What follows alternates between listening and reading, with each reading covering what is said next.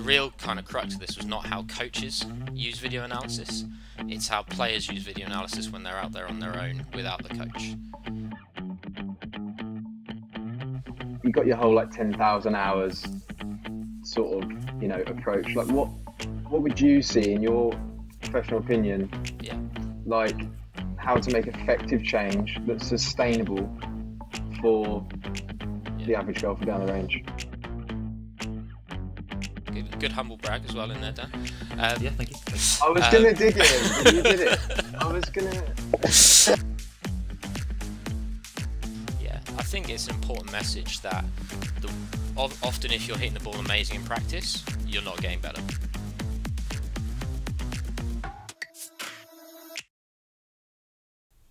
Hello and welcome to the Golf Science Podcast. I'm your host, Daniel Thompson, your golf science educator. Now in this podcast, we'll be exploring the latest research in golf science, talking to sports science researchers from around the world in the areas of nutrition, psychology, biomechanics and strength and conditioning, as well as other sports science disciplines. We'll be taking a deep dive into their research, finding out what they did and how the findings are useful for coaching professionals, playing professionals and amateur golfers. So before we get stuck in today, I firstly want to introduce my co-host, Lewis Downey, a PGA pro from Hertfordshire and the owner of Lewis Downey Golf and Travel. So today we're going to be talking obviously about the effect of video analysis in practice and effectively whether or not this is a good idea. So kind of broad themes there. So from your perspective, being a PGA pro, like how do you use video analysis in your own coaching? And how do you see people using that on the driving range, for example? So firstly, in my experience as a coach using video analysis, I obviously use it mainly obviously when I'm coaching, I can see what's going on and stuff like that, but it is great to slow down a swing to see the sort of smaller intricacies and be able to show that to a client in that specific way. If I showed them a full speed video, we're not gonna see it. And I feel like in regards to like a client or a golfer on the range, frankly, not enough people do it, I feel, because obviously when you're on the range, we go and work on certain feelings and we go and apply certain drills and stuff like that. And I feel like for a golfer in the range to be able to see change, they need to see quite literally they've made a change. Because sometimes there's that element of, well, not sometimes, always, there's that feel versus real. And we need to know if we've, had any change happen.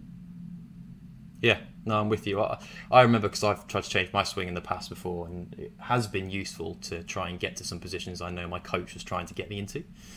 So yeah, I have used it myself in the past. But no, that's great to hear. So now, the next thing to say really, I guess, is now each episode of this podcast, we're also going to invite an amateur golfer to join us. So today we're going to be also joined by Scott Handley. He's a mid-handicap golfer and a member of Harpenden Golf Club. So Scott, great to have you on today. Thanks for joining us. Really appreciate it. No, thanks, Dan. Thanks for having me on. Thanks, Lewis, as well. So just to get a little bit of understanding from you, tell me a little bit about your golf, a little bit about, do you actually use video analysis yourself? And then how do you know Lewis too?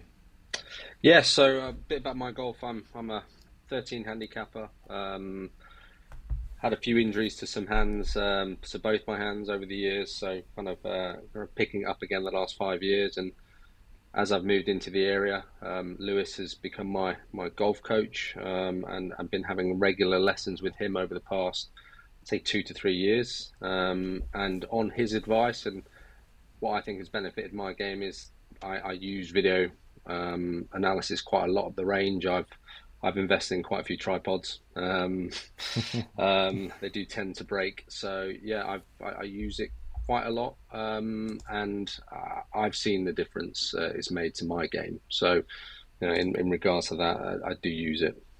Oh, brilliant! And you can probably tell me afterwards when we're off air what Lewis is actually like as a pro. So we can save that for later. You can give me your honest opinion. Oh yeah, that's probably needs a little longer than this podcast. So yeah. Gotcha. Brilliant. Great stuff. So this then leads on to kind of this next part then really is it's time to introduce the final guest. So today, on episode 1 of the Golf Science podcast, we're going to be talking to Dr Oliver Runswick, lecturer and assistant professor in sports performance psychology at King's College London. So without further ado, let's bring him on. Hi Oliver, how you doing? Hey everyone, good to see you. Thanks for having me on. No, thank you for actually joining us today. It's been great to kind of have a chat to you previously just before this conversation. So I'm looking forward to learning more about the paper today. Cool. So to fill the listeners in a little bit about your background, really.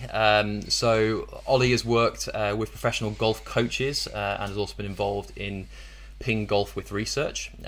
Ollie's also published over 40 publications in the areas of motor learning and psychology, and one of those papers is what we're going to talk about today. Does that kind of adequately sum up some of your kind of past experiences there? Yeah, sounds good. I think my main kind of interest and expertise is in how to optimize training for all different types of people, golf being one of them, all different sports. I work a little bit with aerospace and the military, dance. Learning to move is the key, and I'm interested in how people do that, and golf's a really interesting place to study that. Oh, wicked. Great stuff. So we've obviously talked to you before today about what we're going to talk about. So today we're going to be talking about the paper that you published around the effects of smartphone video analysis on focus of attention and performance in practice and competition. Now, when I read through that and I look at the words focus of attention, I'm a little bit lost as to kind of what this is really about, to be honest with you. Yeah. So could you just try and reframe the title to make it a bit more user-friendly, let's put it that way? Cool. Yeah, I think we've probably got the idea about the smartphone video analysis. You've both just you've all just kind of mentioned the fact that you might film your swing and use it to analyze your positions, for example. The focus of attention bit is kind of it might be more complicated than it sounds. What you're focusing your attention on when you're hitting a ball. So it might be a swing thought, trying to get your body in a certain position. It might be that you're focusing on a certain ball flight.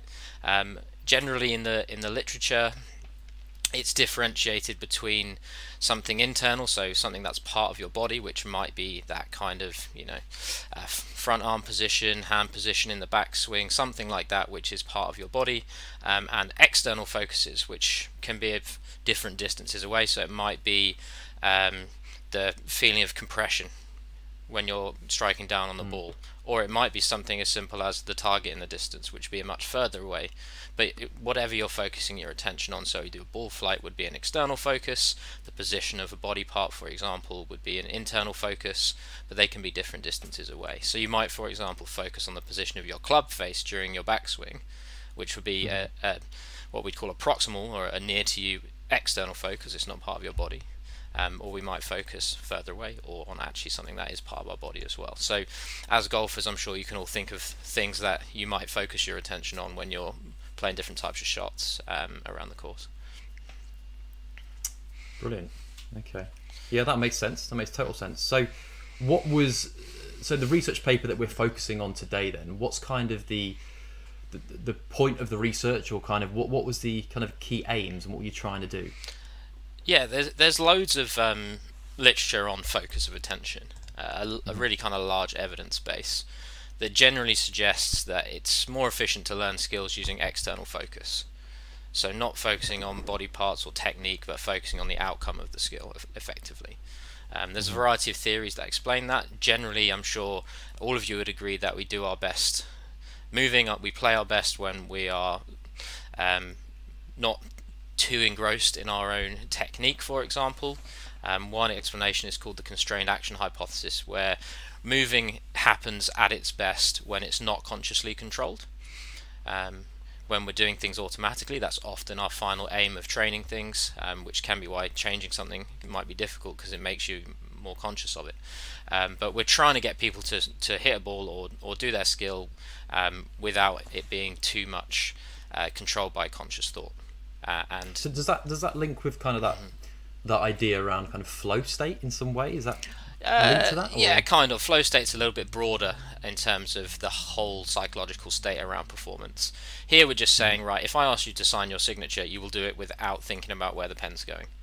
And if I ask you to think about signing your signature, it'll look completely different, be a lot slower and a lot less efficient.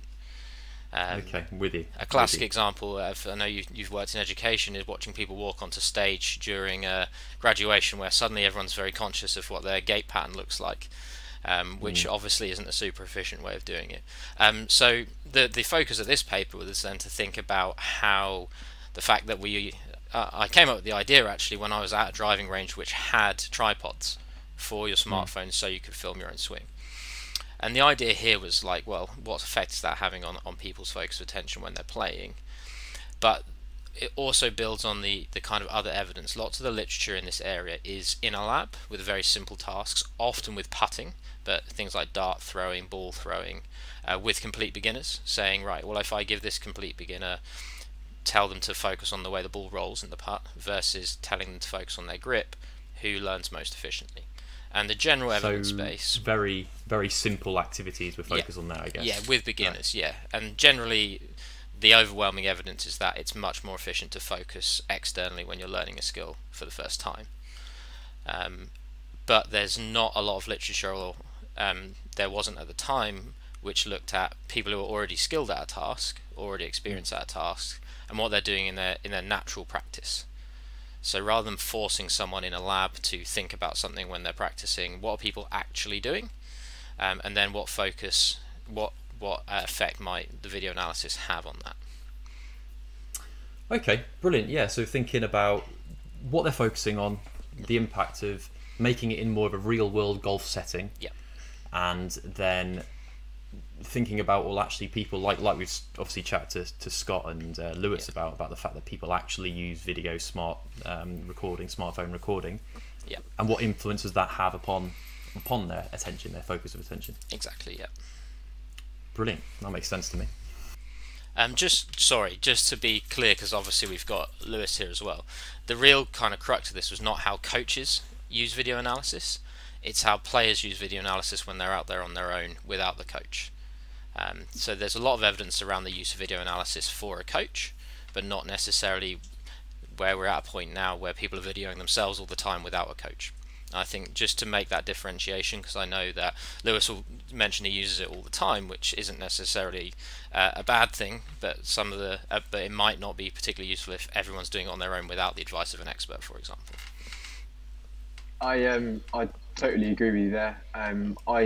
I mean, Scott's on a platform called Coach Now that we use. I regularly in a lesson take people to the phone and quite literally draw lines and dictate, and they can see all that going on. So Scott's seen it enough to develop a skill set to know where to draw lines and where to put markers on the screen, and he knows to use a tripod because otherwise the camera's going to move everywhere and we won't be able to keep those lines in the same place, and etc., etc. He knows how to compare old versus new, or a video he might have seen on Instagram he crops in and versus himself, or whatever it might be. So yeah, I totally agree with you. If my client or whoever the golfer is hasn't got a skill set to use that sort of system, it's not going to be very useful for them. Yeah, and I guess the point you're making here too is it's not about what the coach is using, it's also about part of the role, I guess, as a coach is to try and inform the golfer what is the best way that they could practice after leaving them, to try and implement the changes they want. And I guess that kind of gives you the context for what the research is focusing on here, is whether or not we should be using that video in that point. Yeah, absolutely. Perfect. So talk to me a little bit now about kind of how did you actually go about investigating this? It's all well and good us understanding obviously around focus of attention, around utilization of cameras, but how did you actually do the research? What was kind of the key kind of procedures that you went through to perform the research? Cool. Yeah, golf's a nice avenue for this kind of thing because of the driving range, which in itself is a bizarre way of practicing. Golf practice happens all the time without coaches. It's more like kind of going to the dentist and then you brush your teeth on your own for 6 months and then you might go back for a lot of people. Well, yeah, totally. It was crazy for me. I come from a basketball background, basically. I used to play basketball all my life, and every time you go to a training session you had a coach there and he taught you and kept an eye on what you were doing. So it was very odd moving into the golf world, where then I had a coach that I saw and then went away for 3 weeks practicing in a range. Yeah, I guess what you're saying. Yeah, so and the driving range is quite, if you had a footballer just kicking the ball down on field on their own, it'd be seen as pretty weird. But in golf, it's so hard for us to get out on the course that we have to find a way to practice, and the driving range is a great place to do that if you use it in the right way. But also it gives us this opportunity where we're going to have people practicing on their own all the time, who are potentially quite used to filming their swing. So what we decided to do to answer this question about how the video analysis affects that focus of attention, we've already measured it, and then also in turn how that affects performance in a kind of short term, over the last few months type approach. We basically got 2 sets of golfers who didn't use video already, because we needed to be able to control whether they had that skill set or not that Lewis mentioned, because otherwise that would be a variable that would completely change the data, and our study wouldn't be particularly useful. So we've either got to use people who already have a really good skill set, or people who don't use it at all. And the people who don't use it at all are easier to find, and also it's easier to measure their level of skill in it, which is currently novice in a nutshell.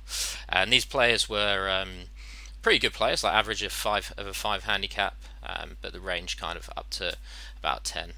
So good players. 10 in one group, 9 in the other, until we ran out of ability to recruit. So I did this study with Beth Yeoman, who's now a qualified psychologist. This was her master's research. Phil Birch, who's also a performance psychologist and a scratch golfer. This is when I was based down in Chichester, and we worked quite a lot at Goodwood Golf Club. So a nice little partnership there. So we got the 2 groups, and we basically said, right, we're going to test how good you are now. So we took their competition scores for a period of time beforehand, got them to do a test on the range, which is more controlled. There's so many variables in golf performance that a Stableford score that we're taking is full of noise. So then we get them on the range, got them to hit a 116-yard shot, I think it was, because that's how far away that first green on the range we were using was. Effectively, that was the decision-making process. Did a pre-test about how accurate they were at that kind of shot, and then sent them off on their own for a month, where they hit 2 range sessions a week, 50 balls a go, which, because we thought that was a realistic, real-world kind of what an amateur golfer is going to do, which was one of the aims of this study, was to kind of try and capture what's actually going to happen. And half the players used video analysis, half of them didn't. They were asked to video their swing every 10 shots, and then they kept a diary of the kind of things they would work on during practice. Both groups did. So that was our focus of attention measure. So making a note of what you're doing during practice, is that being affected by the people using video or not. And then they came back after their 4 weeks, they did a post-test on the range of the same targets, and then we also kept track of their competition scores again afterwards. Perfect. Okay, so I'm going to try and summarise that into a little sound bite, but we'll see. So effectively, 2 groups of golfers, got them into saw their pre kind of study competition scores, got them to either go into the range and either film themselves or not, took performance measures on driving range accuracy, and then looked at the impact that had on competition post. Correct. And is that really it? Yeah, and then measuring what they're focusing on during training is the important thing.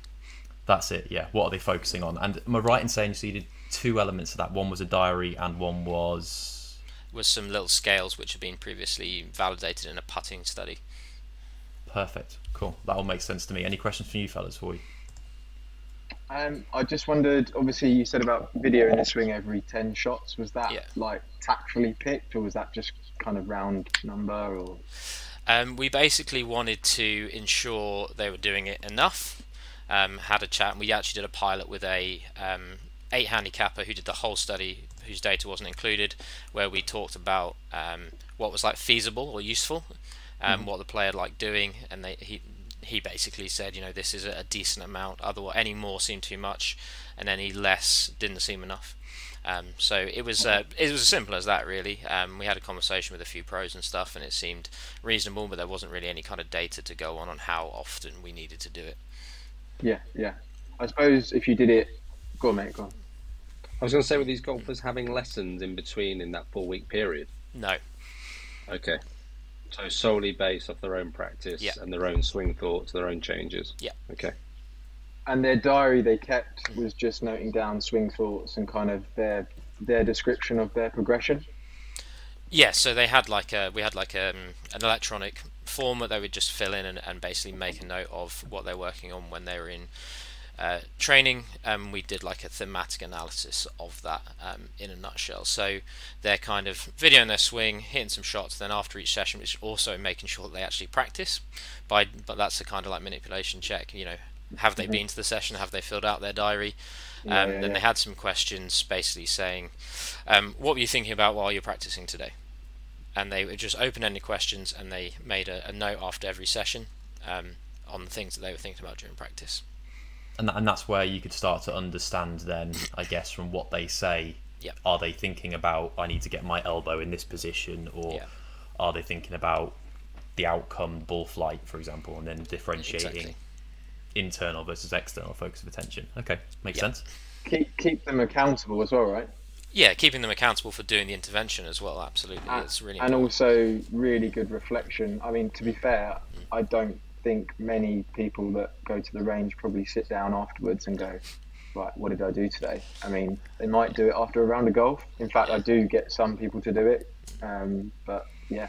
It's easy to practice completely mindlessly, just shell balls, which for some people is why they go to the range. It might be relaxing or something like that, but if you're actually wanting to get better at golf, then not necessarily a great idea. Yeah, no, I constantly am pummeling that into people's brains. Scott can probably vouch for that. Practice needs to be meaningful. You're not a machine gun. You need to, make the balls last. I actually say to a lot of people, you need to earn the right to hit a golf ball. So go through your drills, go through your slow practice swing, slowly speed it up, and then think, you know what, I've earned the right to, let's test out 2 golf balls now at like an achievable speed is how I put it. I think the amount of people that probably hit about 50 too many balls at a range session is probably 99% of people. I mean, I'd say since I've been having lessons with Lewis, I'd probably never get a basket of 100 often. And if I do, I probably don't hit them all either. I think if you practice sessions, you're working on things. I don't think you need 100 balls to spend 45 minutes at there, just like I said, like a machine gun. Yeah, exactly. That's why we've got 2 sessions of 50 balls separately each week in this intervention, because it seemed a good way to engage with practice, but also feasible for a single figure golfer to actually do at the same time. We did this in the summer as well, so people were playing, and they kept a record of how often they were playing as well. Well, who knew that we were also providing financial advice on how to save money at a driving range? There you go. Don't tell the golf club. Let's not tell the driving range. Yeah, I used to. Sorry, I was just going to say, I used to work with some coaches at British shooting, and they had a phrase: "Every clay costs money, make it worth it." Exactly the same idea. Yeah. Brilliant. So that leads us then obviously on to what you found, really. So we understand kind of what the context is around what you did in the research, but what did you actually find from the use of it? Cool.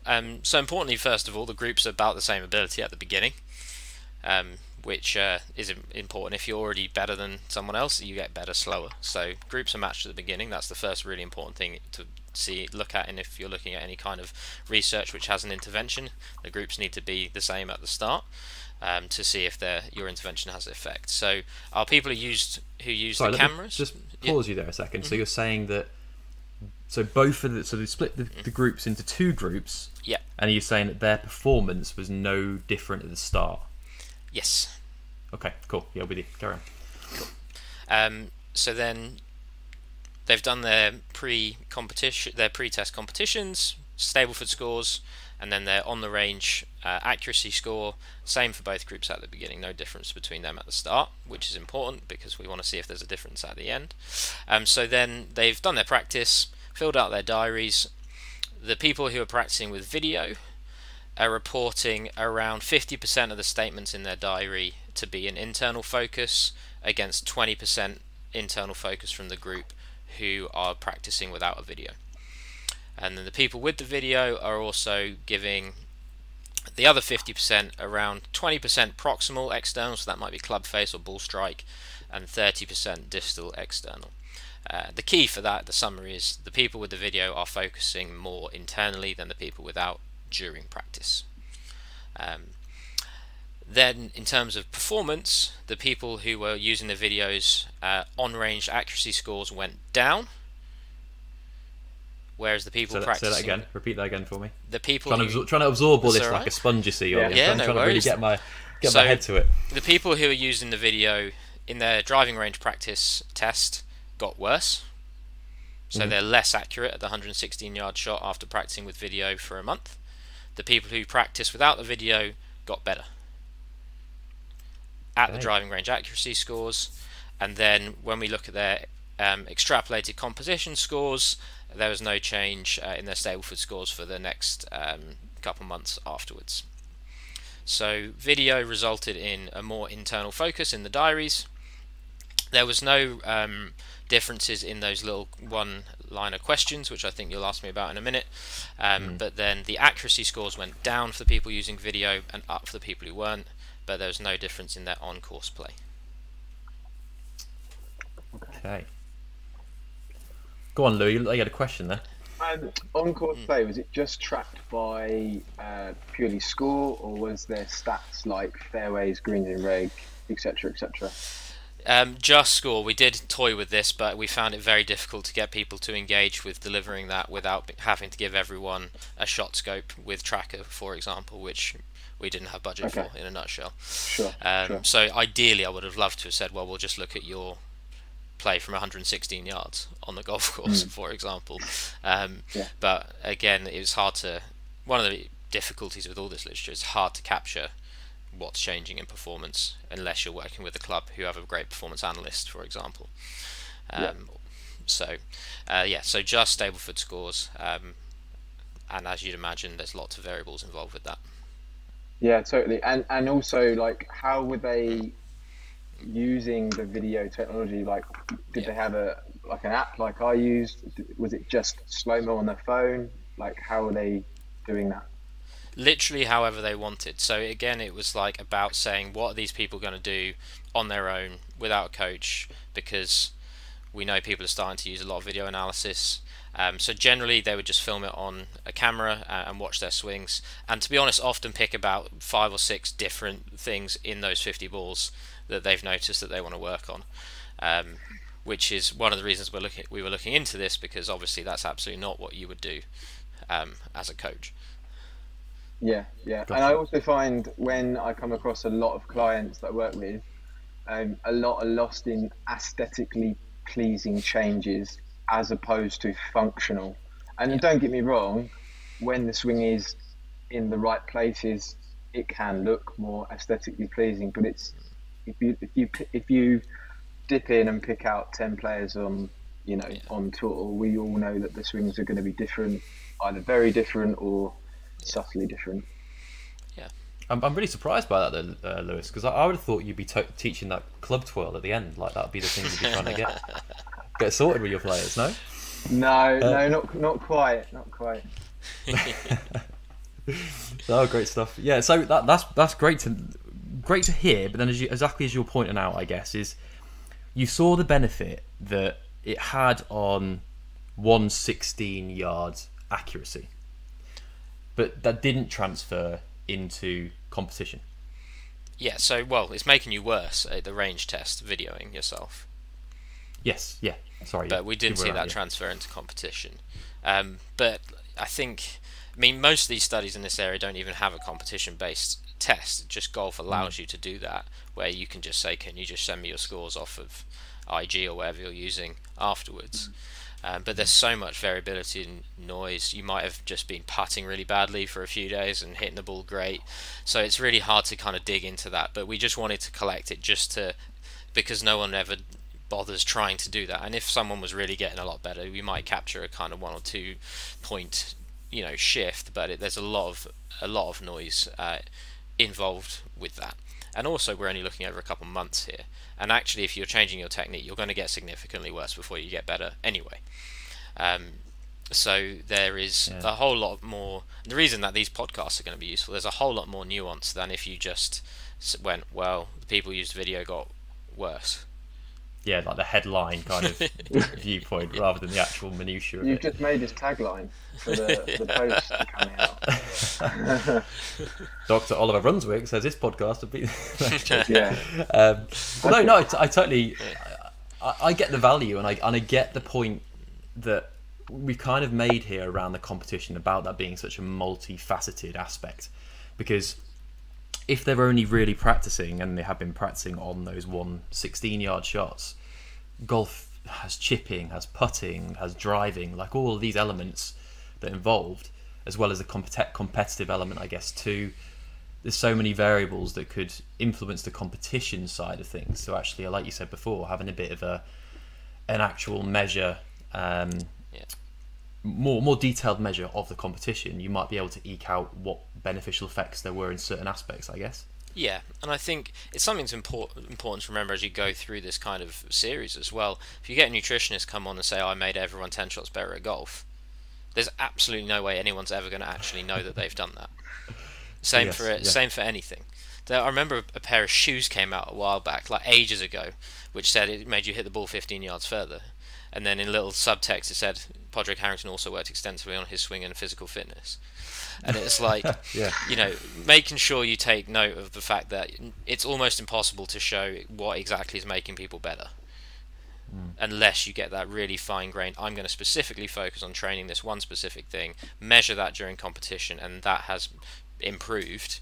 But it's very hard to do that outside of the kind of field of getting shot-by-shot analysis or day-by-day testing and doing single case designs, which could be a useful thing. You might get some people who take one golfer, take a long baseline, change one thing, and then see what changes. But there's a lot of nuance and noise in there. The key focus here was that understanding that the one thing I'm pretty sure about is that if you video your swing on your own, you're going to get a more internal focus of attention. And to be honest, if you video your swing at all, you are, because you can't generally see where the ball goes anyway. And golf is about where the ball goes, not what your swing looks like. And your swing will obviously affect where the ball goes, but a lot of coaches, and I don't know if this is Lewis's approach, will work backwards from the ball flight towards what needs to change in the swing rather than the other way around. But videoing your swing, you basically can never see where the ball goes. And if you watch any YouTube golf, you'll know that if you hold the pose, every shot is really good. But you just hit a shank, basically, Yeah, the key is like understanding what might happen if you use video. It doesn't say do or don't use it, but if Lewis is giving Scott, saying, can you video yourself on the range, make sure there's some stuff to look for, make sure there's some useful single points and you're not digging out 5 or 6 different things all the time. But the performance element is one thing, but actually just knowing that you're going to affect what your clients are focusing on or what you're focusing on in your swing, and often it's focusing on too much internal stuff might not be useful, is the overall message, I would say. I suppose if you're over a 4-week period, if you're only externally focused on landing a 116-yard shot as accurate as you can, there's plenty of ways of doing that as well. Rather than changing your swing, you can hit a knockdown 9, you could hit a height, you could hit a short cut with a pitch. You could get that accuracy a lot of different ways. Rather than just focus on bringing your elbow in over a 4-week period in your swing.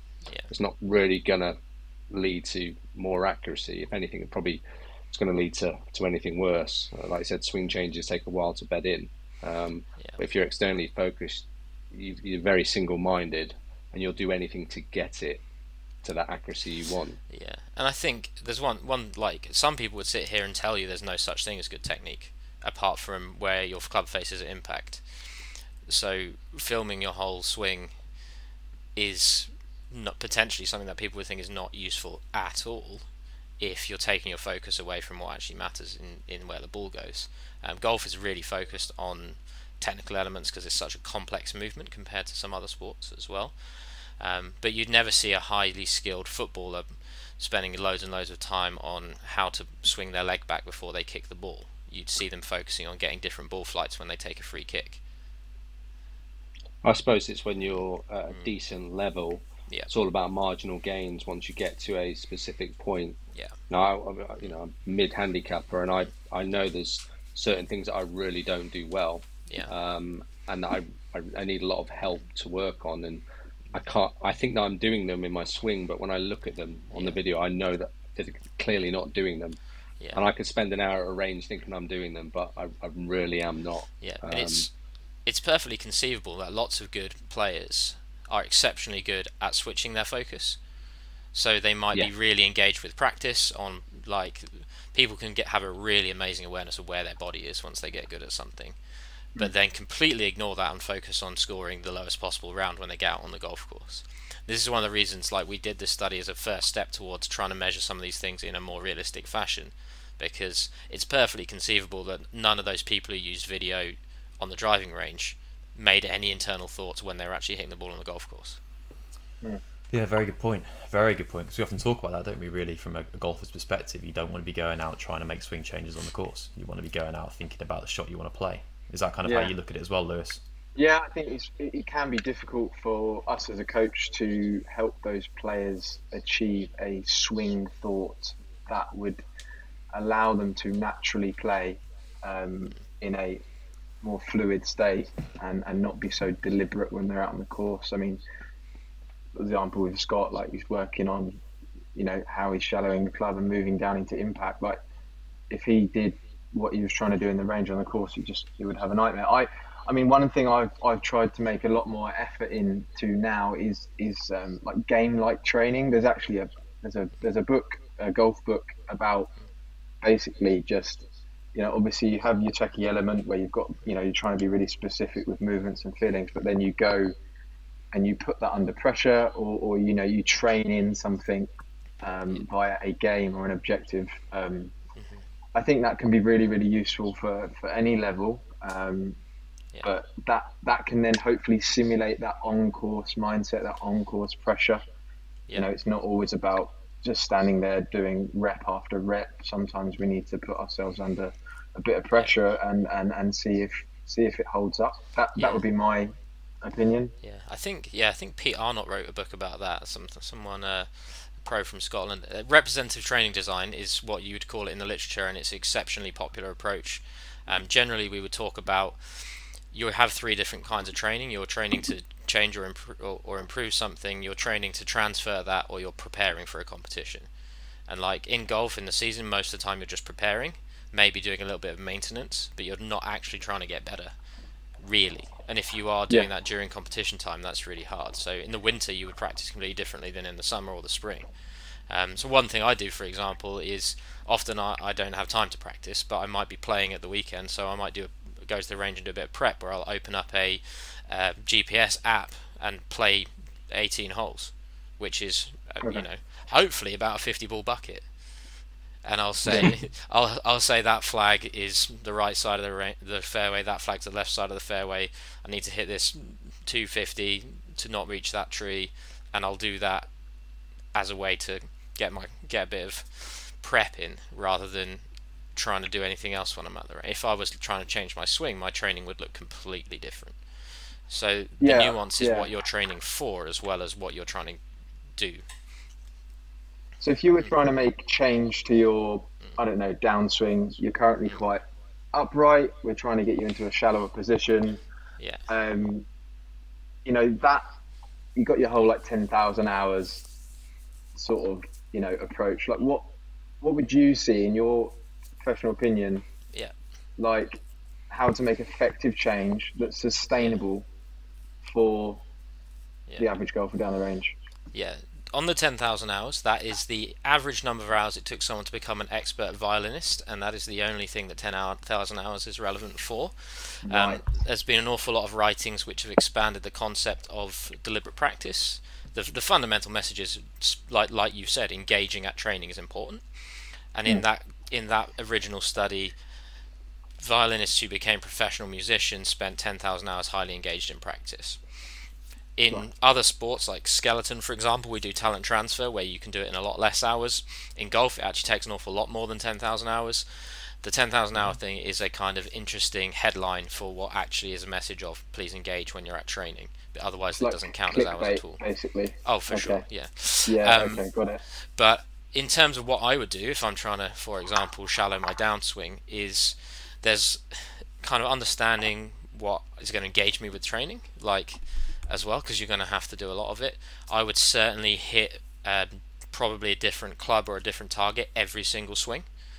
There's absolutely no point in shelling balls, because that nuance and that subtle variability in your golf swing is you're never gonna hit the same shot twice in a row unless you've banged one out of bounds when you're on the golf course. Yeah. But it doesn't mean you can't be working on technical stuff when you're varying your practice a little bit. Personally, I was going to say, I might hit the ball higher if I have a more shallow downswing. So I'd be doing something as simple as going to the driving range and trying to hit the ball higher, for example. Right. And then I might check using video after a couple sessions whether that has actually shallowed my downswing. Yeah. Rather than shallowing my downswing. Go on. Yeah, and you're trying to create like a, where you're saying about changing target stuff, you're trying to create like a cognitive stress in a way, like you're making that learning process slightly more intense, but to solidify it more. Whereas if you're just hitting ball after ball, it becomes very like a closed loop, right? It can be quite disheartening as well, right? I don't know if you're up there and you're trying to make those changes and the ball's going left, the ball's going right. I suppose after 20 balls, you probably give up, right? And just end up shelling balls. Yeah, I think it's an important message that often if you're hitting the ball amazing in practice, you're not getting better. Like if you went to the gym and you just lifted a weight that you could easily lift and you did 1,000 reps and it felt really easy, you'd know you're not getting stronger. But for some reason we do that in the driving range all the time, where we're like, oh, I'm flashing, this is great. You're not getting better if it's not difficult. So you've got to be able to engage. And if you want to go to the driving range and chill out and have fun, that's a completely different message. This is if you do want to get better, you've got to engage and make it hard.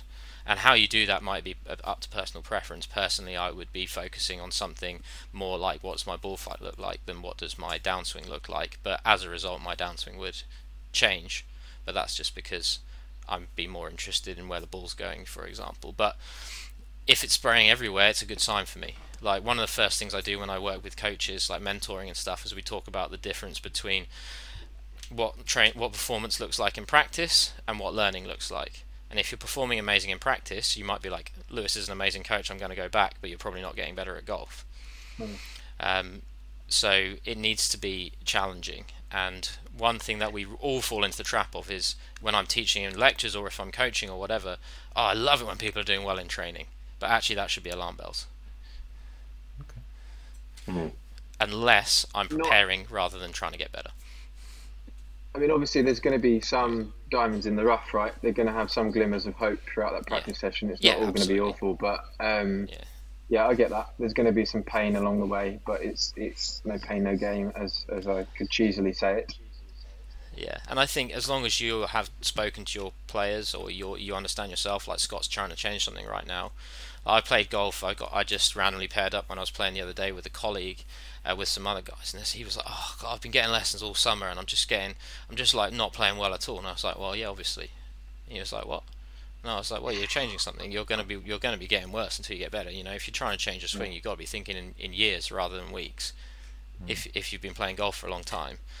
And he was like, it makes you feel better, one, because you understand the process, but two, it means you understand how much you got to commit if you're actually going to change something, like in terms of from an automatic movement to something else. Yeah, I'm 3 years in now with Lewis, and I've just hit my 2 best rounds in about 4 weeks ago. So it's a long process, and you've got to be committed to it. Yeah, and it's fine if you don't love the process or want to do that. If you want to enjoy your golf and play golf, fine, but if you do want to get better, it will be long term, and you have to accept that you might have a few really bad days. Yeah, well, I tried to make a massive swing change about 4 years ago, and by making the change, I could not hit a ball. I was at a driving range trying to find the ball, couldn't find it, but I knew that it was part of that process of taking those steps back to then be able to find the ball again, and then I'd be able to hit the ball better. I guess my question though too is, from kind of a coaching perspective, is if the coach has identified that some technical related aspect needs to change, are you kind of suggesting that what should be done in a way is trying for the coach to be thinking about how they can give that as an external cue for the person to make that change? Is that kind of the optimal route you're kind of proposing? Yeah, potentially. There's going to be individual preference. Some players love technique, like love thinking about technique. The focus of attention literature is one tool in your toolbox as a coach. It's kind of a classic phrase that you might hear, but you might also learn about implicit and explicit instruction, where you might say something really explicitly or not, or you might learn about constraints-led approaches where you're not talking about technique at all, but you're putting, if I'm coming from the outside, you put something in the way and it forces me to swing from the inside. There's a whole load of different tools, but generally the literature suggests that an external focus might be beneficial, but the literature is mostly about beginners. So you have to kind of work with the nuance of your individual player that you're with. Personally, like for me, the only thing that matters about technique is getting the club face square impact as consistently as possible. But however, you're going to think about all the tools that you have for an individual to learn to do that. I personally can't handle thinking about where my hand position is, but I can absolutely handle thinking about the ball flight. But I'm a cricketer primarily, so it might feel a bit different to me. So you might be working with Scott, and actually it works great for Scott to give him loads of instructions, and he likes to go away with his phone and check those things, and it helps him engage with the motivation and engage with the process. So it's a tool. It's worth knowing that external focuses can be more efficient in making those movements less consciously controlled, because you're not thinking about what the movement is, you're thinking about the result. If you threw a ball to another person in the room, underarm, you wouldn't think about the technique, you'd think about where the ball's going to go. It's very unnatural for us to think about technique loads, and it makes our movements less efficient. But you might need to have one thing to think about, which might be something that you can handle. But it's a tool for you to kind of understand that could be more beneficial, not necessarily. Thinking about knowing your individual that you're working with, it's all a more complex picture than saying you must always focus on the first bit of ball flight. But you will notice lots of great players suggesting that you aim at something that's external from your body just a few meters in front of you. And how does this, is there any thoughts from your perspective around how this changes depending upon the level of golfer? Do you think it has the requirement is the same, or the benefits the same? Yeah, really good question. Lots of these things will change quite a lot depending on how good your player is, and how experienced they are. Like a kind of technical instruction to a complete beginner is not a great idea, but they might need a little bit more support and just how to hold a club, for example, but otherwise they might not be able to hit the ball at all.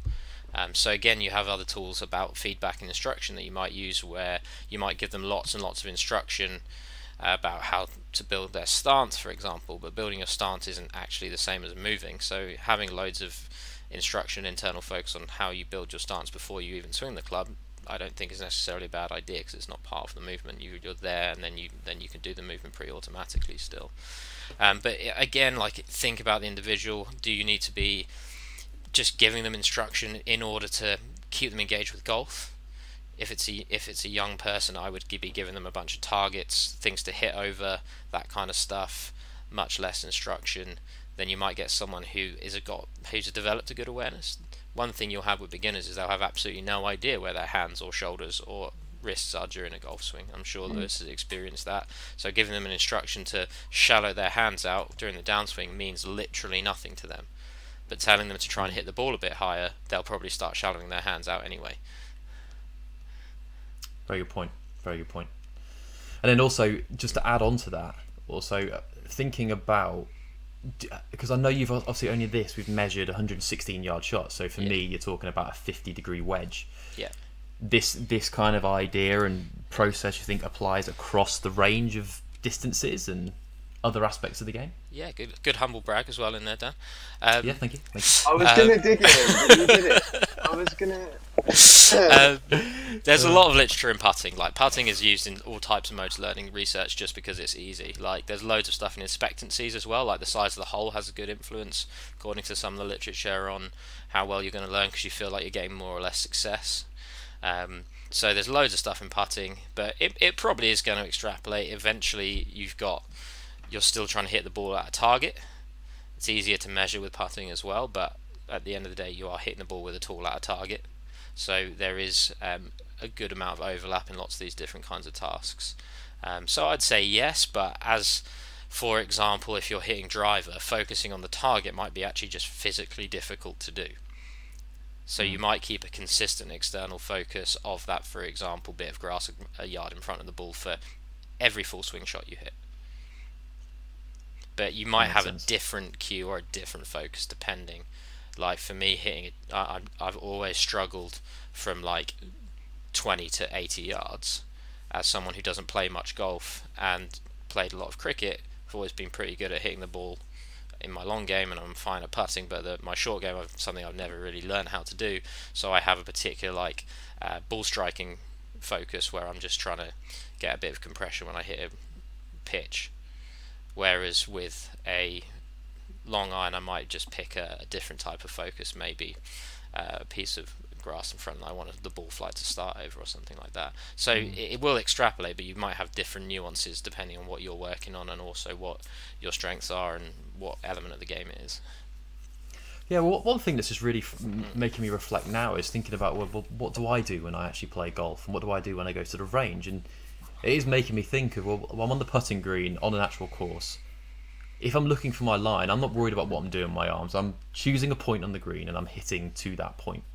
Same thing when I'm on the tee. I'm either looking for a target in the middle of the fairway, or if I'm trying to hit it, land it on the front portion of the green. I'm thinking about all these external cues, but then for some reason, like you've identified, is when I then go to the range and I try and hit balls, I would be focused more on what I'm doing internally if I'm using my phone and I'm starting to analyze it. And it's a weird reflection to think of how that changes depending upon the scenario. And actually going forwards, when I go to the range, I'm going to try and work on the external focus rather than the internal now, because actually that's also more consistent with what I do on the golf course. So it's great to reflect on that. Good. And if you're preparing to play, or you're just trying to like do some maintenance or something, I think that's a great idea, is just to try and reflect as much as you can what's going to happen on the course in practice. It might change then if you're trying to work on something else, or you try and change your swing again, then you might need to have a little look at a position that you're trying to get into. But I think understanding there's a lot of nuance to it is definitely important. Yeah, it's definitely worth having a blend of both types of training, I feel. So during the season as well. Yeah. During the season, you're probably going to prioritise, obviously, the more, for example, you can go down to the golf club where we are and you can play a virtual golf course or play games. So that, for me, would be better during the season for your practice sessions than it would be to get there and get in really techie and thinking, okay, I need more flexion in my wrist and etc. Or whatever. Yeah, I agree. Yeah, TrackMan ranges, I'm assuming it's a TrackMan range or a type of, are an amazing tool for that kind of preparation practice during the season practice. But even if you are trying to change your technique or something, you're going to transfer it back out onto the golf course quicker if you're still able to learn it in a fashion where you might hit a driver than a 9-iron if that's what you're going to be doing. But it doesn't mean you can't still work on technical element. You don't have to just hit 7-irons to change your swing. Mm-hmm. Brilliant. Well, I think that has been rounded off nicely. Any other questions from you two? No, all good at the moment. I've just got a lot to think. I've got a lot to think of at the next driving range session. That's it, man. My mind's boggled about how now I practice. That's what I'm going to say. And I think a lot of psychologists would say awareness is the first step. Like, actually now saying, well, what do I actually do? If everyone goes away from listening to this and just thinks about what they actually do, that's a great place to start. And it might be that everything we talked about doesn't suit you, or it might work great for you, Scott, and you have to let us know. I think off the basis of this, I think I probably do video myself a bit too much on my range sessions, to be honest, and don't focus then on the outcome and trying to transfer that to the golf course immediately. It isn't working, and so maybe I just need to rein it in a little at the range, the video sessions, and focus more on the outcome. Yeah. I think for people like Lewis as well, like lots of golf coaching happens, when your player's not there. So using the platform like you two have got, where you can check in on each other. But I think it's important to say what to practice, but then I'm sure Lewis does this for Scott, how to practice it. Oh yeah. You might give you a few drills and stuff, but think about, can I help my players with how they're going to practice, not also what they're going to practice. And I think he sends me drills all the time. Love it. That's great. And I think being able to keep in touch with that and say, right, we're working on this. Here's a bunch of different ways that you might try and practice it. Is a really good thing that Lewis is doing with you there. Yeah. What's your thoughts then, Lewis? From obviously listening to all this, how does that kind of impact the way you coach in a way? I feel like I'm reading off the same sort of hymn sheet. I am surprised about the results from obviously the study. Obviously, there's a lot of factors where some of those people, they weren't told to jump on a specific app. They weren't shown how to use it. So I get that kind of that difference there. I've actually been transitioning recently, trying to push, like I said, that whole game like training thing. So I've been trying to push people into that. I'm sort of pushing down the route of creating practice plans for people that are targeted towards their goals and are more on course mindset based, because I know that we can't get on the course all the time. So yeah, no, I agree with a lot of what's been said, and it's definitely given me thoughts to go and think. I've been making notes as well. I've been stealing the nuggets you've been dropping, Ollie. So it's great. Great. Nice. One little spanner in the works to finish is the guys who got better or worse during our study over a month. If we measured them after 3 months, it might have been the other way around. Yeah. Yeah. It might have been that they were they're making their training more challenging. They were getting a little bit worse during practice, and then once they got out the other side, they might have got better. Yeah, a few more months to bed in the swing thoughts, and then it gets better. It's one of the challenges in the literature that will inform like Lewis's PGA qualification and stuff. Is like it's incredibly expensive and difficult to do a study that measures loads of golfers over a number of months or years. So you have to take the nuance from the findings and say, right, well, I know I'm pretty confident video analysis is going to make me more internally focused.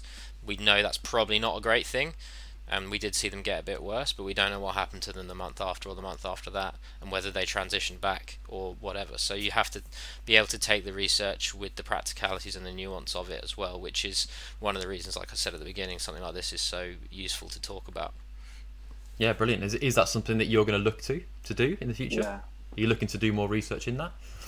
Yeah, potentially. It's just really hard to get that a decent number of people to engage with something like that for a long period of time. But people like Lewis have got loads of people on his app and work with people over a period, can be collecting data for themselves and have a look at these things. Like we'd be doing, you can do it internally as well as doing it as a scientific paper. But keep an eye on these things that you're learning yourselves as coaches and players as well. I was going to ask you, Ollie, like if there was one thing you could have changed or even added to the study, I feel like you've just answered it about the increase in time. But was there anything else that you would have maybe done differently, or added on? Yeah, the increase in time is something that you'd basically want to add to almost anything you do, but then it just comes with practicalities and you get massive attrition from participation. So you have to do it in a time where people are going to engage properly. I would add also some more stats onto the on-course stuff. When we did this, like there wasn't as many tools as there are now, even a few years ago, on getting people just to be able to measure it themselves on an app or on a phone. Because we wanted competition scores, lots of people did not want to add anything to their routine where they would have to record their shots and stuff. But that's something I would have liked. So something like ShotScope now, where you get your tag trackers on your clubs, where we could just extract the data from that, I would have added that and a little bit more long-term stuff as well. But we quite deliberately did it where it was people who didn't know what they were doing. We just gave them a phone to see what happens. And I think that's a good takeaway. And would you have got like them hitting more than one shot, i.e. in the test? Like you got the 116-yard flag, you're going to go and do a more that would then go and reflect on obviously those stats on the course. Yeah, absolutely, and I'd love to have got all of their stats pre-test as well, and a lot more information, and lots of research that you read in this kind of area is going to be constrained by practicalities such as time and money. And Beth did this as a master's project where she has a year to do the research, and it needs to be finished by then, and she went off, got another job. There's lots of different elements where if I'm doing medical research, someone will give me £1 million to run the perfect study. If I'm doing an investigation on how we use our phones when we play golf, that's not going to happen. There's totally time and money constraints. Yeah, it's all good. Yeah, cool. Thank you. The way the world works in some ways, isn't it? Yeah. Brill. So the next part of the podcast really is just quickly a quick fire round for you, Ollie. This is for me really to understand a little bit about you as a golfer, see if we would match on the golf course. So we will see how you answer these. So first things first, in the context here we're talking about social golf, okay, playing with your friends. Yeah. quick fire answer. You can give a little bit of context if you want to afterwards, but that's down to you. Sure. Gimme versus no gimmies. Gimmies. Right, okay, there we go. Good to know. Mulligans versus no mulligans. No mulligans. Good man. I like that a lot. My mum, though, she loves a mulligan. Any opportunity she can find, she will take a mulligan. Brilliant. Next one then. Your approach, do you play mind games or are you a good sportsman? Good sportsman, 100%. Good stuff. Not the same as me. I love playing. I mean, Phil, who I wrote that paper with, we used to play a lot of golf together, and the approaches were opposite. Two psychologists.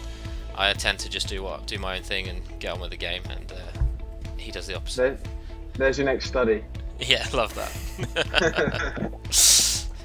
And then also beers on the course or athlete mindset. Beers on the course. Very context dependent though. Cool. Fair play. And then finally, the last quickfire question is linked to kind of our roles, me in the biomechanics kind of realm, you're in the motor learning psychology realm. From what is more beneficial for golf, psychology and motor learning, or biomechanics? Don't think you can have one without the other, but I'm going psychology. Yeah, well, you've got to back yourself, haven't you? Yeah. Great stuff. All right then, so thank you, Ollie, for joining us today. It was really appreciated, really insightful stuff, and I think we've got some really great reflections after that today, so thanks for coming on. Cool. Absolute pleasure. Thanks for having me, and good luck to Lewis and Scott on their journey moving forward. Thank you very much. Thanks, Ollie. Much appreciated. No worries. Brill. So you've also, Ollie, you've got 3 other papers, I believe, within golf. One's around laterality. Now, I don't really understand that term, but I think, am I right in saying it's hand grip the other way around? Left and right-handed. Well, basically, lots of people who are left-handed play golf with right-handed clubs and a right-handed stance, and it looks like there might be an advantage to that. Cool. So that'd be great to talk to you about that potentially in the future. Sure. Also, go on. Go for it. I was just going to say, what the one that's most relevant to this would be to read about Think Aloud we did during putting and green reading, and what pros think about when they're actually on the golf course. Brilliant. Yeah, I was going to come us out there, and that's great. And then the next one you had was also about quiet eye as well. Yeah, which is another kind of broad term. It's about the kind of final fixations you make before a movement. So it's been researched all over the place, like surgery, other types of movements as well. But the longer, the general literature says the longer that final fixation on the golf ball before you take your swing, the more accurate your outcome is going to be. Brilliant. So that's quite a broad summary, but yeah, everything that I write I make available for free on my ResearchGate website. So just type in Oliver Runswick ResearchGate, and the non-copyrighted, not paywalled by scientific journal versions will be on there for you.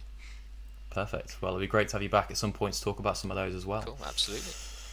So yeah, have you got any place that our listeners could kind of find you on social media? Have you got any plugs to throw in there? Yeah, at Oliver Runswick on Twitter, while we seem to still be existing, so we'll move forward with that.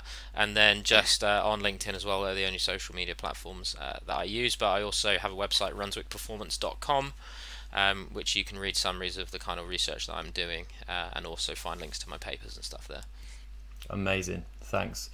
Well, Scott, also thanks for joining us today. Again, great to get the viewpoint from a amateur golfer yourself. It was great to get some of those questions in, so thank you for having us again. Have you got some social media to plug in as well? I mean, just the usual LinkedIn, Scott Hanley on LinkedIn, and I'm sure nobody wants to see my Instagram posts of my dog, my golf swing, or my family, so I'll leave it there, so it should be fine. Great stuff. And then obviously, finally, thank you for my co-host, Lewis. Thanks for being on, mate. Pleasure. No worries at all. And yeah, again, where we find you? You can find me on Instagram. It's Lewis Downey Golf Pro, and that's it. Nice and simple. Louis, just to be difficult, by the way. Great stuff. Well, in the next episode of the Golf Science Podcast, we'll be speaking to George Wardle, S&C coach and PhD candidate at the University of Waikato. Now, I had to check that pronunciation of that before I said that. But in that one, we're going to be focusing on the effects of super speed sticks on golfing performance. Now, I'm sure you've all heard of those sticks before, so that'll be quite an interesting episode. So that's all from the Golf Science Podcast today in episode 1. If you want to learn more about the science of golf, visit my website, sciencecaddy.com, where you'll find golf science articles, videos, and online webinars. So until next time, I've been your host, Daniel Thompson, your caddy for all things golf science.